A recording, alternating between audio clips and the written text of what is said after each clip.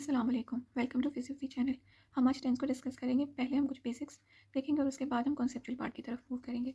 तो बेसिक्स में हमारे पास उसकी वेव फॉर्म है, पल्स विद फ्रीक्वेंसी है, इंटेंसिटी और एप्लीकेशन है और टाइप्स हैं। तो जो टेंस होता है उसकी जो वेव फॉर्म होती है वो बेसिकली हमारे पास पल्स होती है और रेक्टेंगुलर होती है।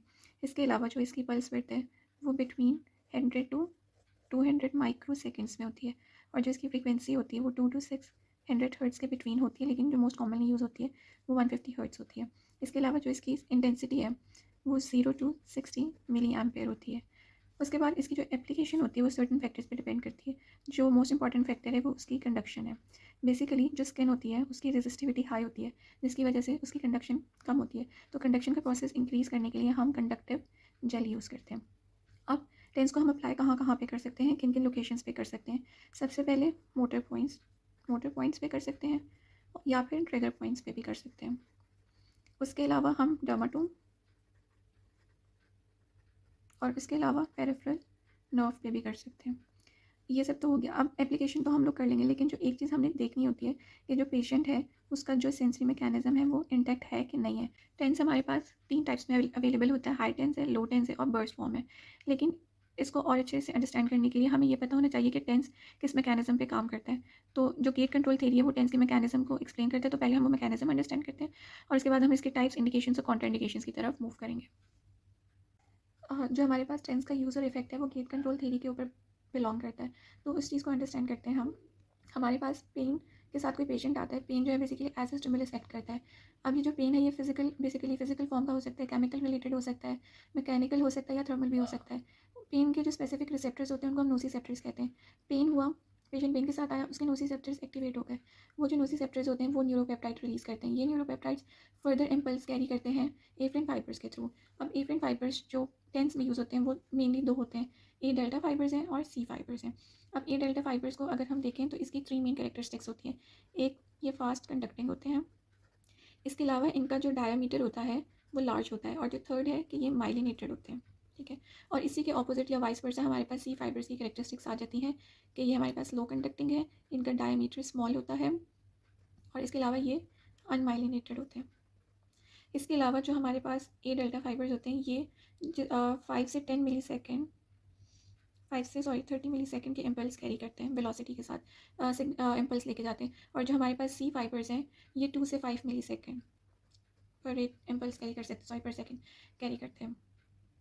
अब हमारे पास बेसिकली जब भी कोई इम्पल्स आती है तो वह हमेशा पहले फर्स्ट ऑर्डर न्यूरॉन के पास जाती है, उसके बाद सेकंड की तरफ जाती है और उसके बाद थर्ड और उसके बाद ब्रेन में जाती है और उसके बाद जो भी हमारा एक्शन होता है वो कंडक्ट हो जाता है। अब जो फर्स्ट ऑर्डर न्यूरॉन होता है इसकी बेसिकली आप इसके 4 एग्जांपल्स होती हैं, 4 टाइप के न्यूरॉन्स होते हैं हमारे पास।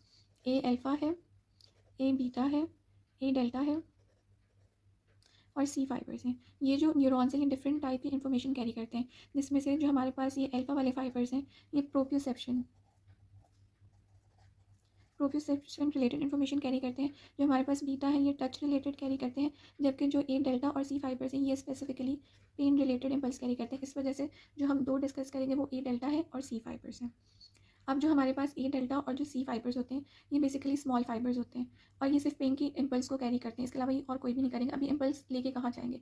हमारे पास जो स्पाइनल कॉर्ड होता है उसका जो हमारे पास डॉर्सल पार्ट होता है, बेसिकली स्पाइनल कॉर्ड 3 पार्ट्स में डिवाइड हो रहा होता है, डॉर्सल, वेंट्रल और लेटरल। तो डॉर्सल जो पार्ट होता है ये उसमें जाके जो है वहाँ पे जो सेल बॉडी होती है डॉर्सल रूट गैंग्लियन की, ये इम्पल्स को लेके जाते हैं और उधर और वहाँ से फर्दर आगे जहाँ भी उसने इम्पल्स जाना होता है उधर जाती है। अब जो ए डेल्टा फाइबर्स होते हैं ये फास्ट कंडक्टिंग होते हैं, ठीक है, जैसे कि अभी हमने देखा था। और ये क्या करते हैं, ये जो ए डेल्टा फाइबर्स होते हैं ना, ए डेल्टा फाइबर्स होते हैं ये स्पेसिफिकली इसके जो रिसेप्टर्स होते हैं ये स्किन से इम्पल्स कैरी करते हैं। जबकि जो हमारे पास सी फाइबर्स होते हैं ये स्लो कंडक्टिंग होते हैं और ये जो है ये सुपरफिशियल और डीप दोनों जगह से इम्पल्स लेके कैरी करता है। सुपरफिशियल भी करता है और डीप भी करता है, जिसका मतलब है मसल्स और लिगामेंट दोनों से ये कैरी करेगा। बेसिकली अगर इनका कोई डैमेज होगा या इनकी वजह से पेन हो रहा होगा तो ये यहाँ से इम्पल्स लेके जाएगा। अब ये जितनी भी ये इम्पल्सेस है ये 3 ट्रैक्ट्स के थ्रू कैरी होती हैं, जिसमें हमारे पास स्पाइनोथैलेमिक है। इसके अलावा जो हमारे पास सेकंड है वो स्पाइनो रेटिकुलर है और जो हमारे पास थर्ड है वो स्पाइनो इंसेफेलिक है। इन ट्रैक्स के थ्रू बेसिकली ये इन्फॉर्मेशन जाती है और ये जाएगी मेड्यूला पे। मेड्यूला के कौन से पार्ट पे जाएगी? क्यूनेड और ग्रेसाइल न्यूक्लियाई की तरफ जाएगी, ठीक है। तो ये तो हो गया गेट कंट्रोल का एक बेसिक सा सिंपल मैकेनिज्म कह लें। अब इसके थ्रू पेन मॉड्यूलेशन कैसे होती है वो हम डिस्कस करते हैं। ठीक है, अब हम पेन मॉड्यूलेशन और के pain basically presynaptic inhibition कैसे हो रही होती है उस चीज़ को अंडरस्टैंड करते हैं। लेकिन पहले हम एक बेसिक सा मैकेनिज्म अंडरस्टैंड करते हैं ईजी वर्ड्स में।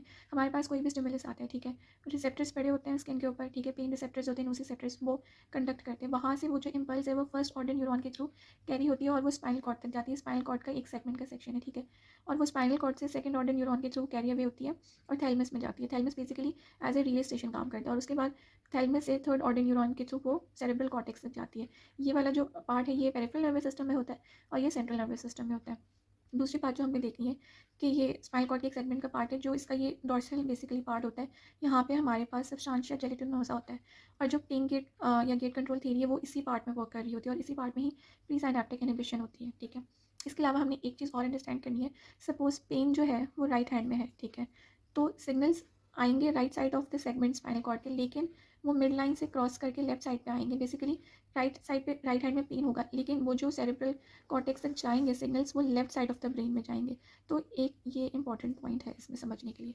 अब हम उसका मैकेनिज्म अंडरस्टैंड करते हैं। हमारे पास एफिन फाइबर्स के थ्रू कोई भी पेन का स्टिमुलस आता है, ठीक है, वो डॉर्सल रूट में जाएगा स्पाइनल कॉर्ड के, ये वाला डॉर्सल रूट में जाएगा स्पाइनल कॉर्ड के, ठीक है, और उसके बाद वहाँ पे जाके ये जो फाइबर्स हैं एफिन फाइबर्स ये बेसिकली साइनैप्स करते हैं। अब ये साइनैप्स दो न्यूरॉन्स के साथ कर सकते हैं, या तो इंटर न्यूरॉन्स के साथ या सेकेंड ऑर्डर न्यूरॉन्स के साथ। अब बेसिकली हमने जैसे देखा था सेकेंड ऑर्डर न्यूरॉन के साथ होगा और फिर थर्ड के साथ। ये जो इंटर न्यूरॉन्स होते हैं इसका रोल होता है प्री साइनेप्टिक इनहिबिशन में। तो अब सेकेंड ऑर्डर न्यूरॉन के साथ ये साइनैप्स करते हैं, ठीक है, और यहाँ पे इनको बेसिकली क्या होता है कि ये अब ये वाली चीज़ आएगी कि ये यहाँ पे आके इन्होंने साइनैप्स किया, ये यहाँ पे सेकंड ऑर्डर न्यूरॉन्स होते हैं और ये मिड लाइन से क्रॉस करके ऑपोजिट साइड पे चले जाते हैं, ठीक है, और वहाँ से यहाँ पे हमारे पास ट्रैक्ट्स होते हैं। तो जो लेटरल स्पाइनोथैलेमिक ट्रैक्ट होता है यहाँ पे, उसके थ्रू ये कैरी होता है हायर सेंटर की तरफ, पहले थैलेमस में जाता है और इसके बाद सेरेब्रल कॉर्टेक्स में चला जाता है। तो ये एक सिंपल सा मैकेनिज्म है।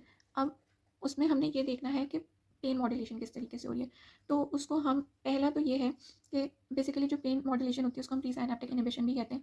हमने इस मैकेनिज्म को बेसिकली अगर यहाँ पे हम इनहिबिशन करा दें तो जो भी पेन के सिग्नल्स सेरेब्रल कॉर्टेक्स तक जा रहे हैं वो नहीं जाएंगे। तो इसमें हमारे पास जो मेजर रोल होता है वो सब्सटेंशिया जेलेटिनोसा का होता है। ये क्या करते हैं, ये यहाँ पे इनहिबिशन कॉज कर देते हैं। यहाँ पे टी सेल्स होती हैं उसकी इनहिबिशन कराते हैं, उसकी वजह से यहाँ से जो है फर्दर इम्पल्स सेरेब्रल कॉर्टेक्स तक कैरी नहीं होती है। उसके अलावा ये बेसिकली ये जो इन्फॉर्मेशन सेरेब्रल कॉर्टेक्स से जा रही होती है ये असेंडिंग ट्रैक के थ्रू होती है।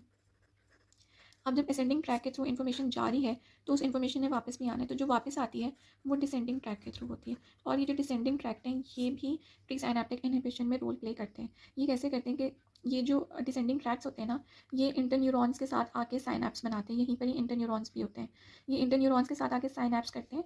हमारे पास ये इंटर न्यूरॉन्स से साइनैप्स किया और ये जो साइनैप्स हुआ उसकी वजह से इनकैफ्लिन से रिलीज होते हैं, और वो जो इनकैफ्लिन्स है वो सब्सटेंस पी एक हमारे पास होता है, उसको इनहिबिट करते हैं। बेसिकली जब ये यहाँ पे साइनैप्स बनता है तो एक सब्सटेंस पी रिलीज होता है, वो सेकंड ऑर्डर न्यूरॉन फिर वहाँ से इम्पल्स कैरी करता है फर्दर। अगर ये रिलीज ही नहीं होगा तो वो इम्पल्स ही कैरी अवे नहीं होगी।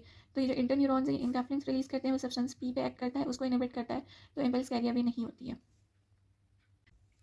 इसके अलावा ये जो डिसेंडिंग ट्रैक्ट्स आ रहे होते हैं इनको बेसिकली ये मिड ब्रेन से भी क्रॉस करते हैं और मेडुला से भी क्रॉस करते हैं। तो मिड ब्रेन में हमारे पास प्री एक्विडक्टल ग्रे मैटर होता है और उसके अलावा मेडुला में हमारे पास रैप न्यूक्लियस होता है। ये वहाँ से जो इम्पल्स आती हैं वो भी प्री साइनेप्टिक इनहिबिशन करवाती हैं इसी पोर्शन के अंदर। तो ये एक बेसिक सा मैकेनिज्म है। अब बेसिकली ये सारा हो रहा था एक नॉर्मल मैकेनिज्म के थ्रू। अब जब भी हम पेशेंट को टेंस अप्लाई करते हैं वो क्या करता है, वो जो लार्ज डायमीटर फाइबर्स होते हैं वो उन पे एक्ट करता है। अब लार्ज पे एक्ट करेगा तो जो हमारे पास पेन की इम्पल्स है वो ज़्यादा जल्दी से कैरी अवे होगी। तो उसकी वजह से क्या होता है कि जो स्लो कंडक्टिंग फाइबर्स होते हैं वो उस तरीके से एक्ट नहीं करते और उसकी वजह से प्री साइनेप्टिक इनहिबिशन होती है और हमारे पास जो हमें इफेक्ट अचीव करना होता है वो हो जाता है। हमने टेंस का बेसिक मैकेनिज्म और पेन मॉड्यूलेशन डिस्कस कर लेते हैं। अब हम इसके टाइप्स देखते हैं। हमारे पास हाई टेंस है, लो टेंस है और बर्स्ट है। हाई टेंस में फ्रीक्वेंसी हाई है और इंटेंसिटी लो है और पल्स विड्थ दोनों में सेम है हाई और लो में, जबकि लो टेंस में इसका ऑपोजिट है, फ्रीक्वेंसी लो है और हमारे पास इंटेंसिटी हाई है। और बर्स्ट में हमारे पास जो इम्पल्स होती है वो 1 to 5 टाइम्स पर सेकंड होती है और जो ड्यूरेशन या इंटरवल होता है 70 मिली सेकंड के लिए वो एक इम्पल्स बेसिकली स्टे करती है। अब ये जो हाई टेंस होता है ना, ये बेसिकली जो हमारे पास एफिन फाइबर्स होते हैं, ए डेल्टा और सी फाइबर्स, ये उस पर उसको इनहिबिट करके और उसके थ्रू जो है एक्ट करता है, पेन को कंट्रोल करता है। जबकि जो हमारे पास लो टेंस है ये हमारे पास इनकैफ्लिन्स और एंडोर्फिन्स को रिलीज़ करवा रहा होता है और उसके थ्रू एंडोर्फिन्स इन दो को रिलीज़ करवाता है और इसके थ्रू इनहिबिशन करवा रहा होता है सब्सटेंशिया जेलेटिनोसा वाले पार्ट में, स्पाइनल कॉर्ड के जो भी हमने डिस्कस किया था। इसके अलावा हमारे पास इसकी कुछ इंडिकेशंस हैं। वो हम देख लेते हैं। और इसके हमारे पास कुछ कॉन्ट्रा इंडिकेशंस भी हैं। इंडिकेशंस में हमारे पास कॉन्ट्रा इंडिकेशंस में हम कहाँ कहाँ यूज़ कर सकते हैं, हम इसको क्रॉनिक पेन सिंड्रोम में कर सकते हैं यूज़, क्रॉनिक पेन सिंड्रोम में कर सकते हैं यूज़। इसके अलावा हम इसको फैंटम लिम्ब पेन में कर सकते हैं, मतलब जो एम्पुटेटेड पेशेंट्स होते हैं उनकी जो लिम्ब रिमूव हो जाती है उसके बाद भी उनको एक पेन की सेंसेशन आ रही होती है, तो हम इसको फैंटम लिम्ब पेन में यूज़ कर सकते हैं। इसके अलावा हम इसको postoperative pain post op में भी यूज़ कर सकते हैं। कॉन्ट्रा इंडिकेशंस में क्या है कि जिन पेशेंट्स में कार्डियक पेसमेकर है वहाँ पे नहीं यूज़ कर सकते, कहीं पे ओपन वूंड्स हैं वहाँ पे नहीं यूज़ कर सकते। हम प्रेगनेंसी में कॉन्ट्रा इंडिकेटेड होता है फर्स्ट 3 मंथ्स में, ठीक है। और इसके अलावा जो है हमने सेंसरी जहाँ पे उसका मैकेनिज्म इंटैक्ट नहीं है, इसको वहाँ पे नहीं यूज़ करते हैं। तो आई होप आप लोगों की समझ आया होगा। इसके अलावा कोई क्वायरीज हो तो आप कमेंट सेक्शन में पूछ सकते हैं। थैंक यू एंड अल्लाह हाफ़िज़।